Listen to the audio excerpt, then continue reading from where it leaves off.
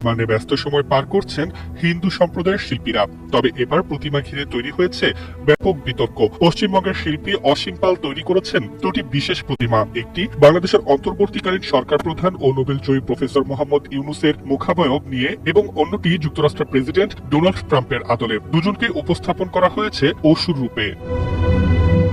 সম্প্রতি সৌমা ঘোষ ক্রিয়েশন নামের একটি ফেসবুক পেজে ভিডিও আকারে প্রকাশিত হয় ইউনূস ও ট্রাম্পের মূর্তি। মুহূর্তে ভিডিওটি ভাইরাল হয়ে যায়। শুধু ভারতেই নয়, বাংলাদেশ সহ নানা দেশে এ নিয়ে তুমুল আলোচনা ও সমালোচনা শুরু হয়েছে। ভারতের অনেক হিন্দু সম্প্রদায়ের মানুষ বিষয়টিকে হাস্যরসাত্মকভাবে নিলেও অনেকে এটিকে অসম্মানজনক আখ্যা দিয়েছেন। তাপস বিশ্বাস নামে এক হিন্দু ব্যক্তি লিখেছেন, এগুলো করা ঠিক না। শিল্পীদের সম্মান করি ঠিক আছে, তবে যে কোনো ব্যক্তির মূর্তি বানিয়ে তাও আবার পুজোর মণ্ডপে সেটি গ্রহণযোগ্য নয়। বিশেষ করে একজন মুসলিম ব্যক্তির মূর্তি বানানো ঠিক হয়নি।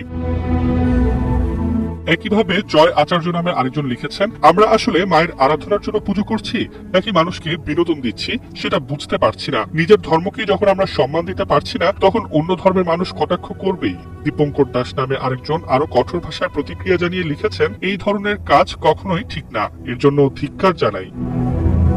ভিডিওটি বাংলাদেশের সামাজিক মাধ্যমেও ছড়িয়ে পড়ার পর নেটিজেনদের মধ্যে ক্ষোভ ছড়িয়ে পড়ে। অনেকে মন্তব্য করছেন, এ ধরনের কাজ শুধু শিল্পকর্ম নয়, বরং প্রতিবেশী দেশের প্রতি অসম্মান প্রদর্শনের শামিল। ফলে ভারত নিয়ে বাংলাদেশের জনগণের বিরূপ প্রতিক্রিয়া আরো তীব্র হয়েছে। তবে এখন পর্যন্ত এ বিষয়ে বাংলাদেশের সরকার বা কোনো রাজনৈতিক দলের পক্ষ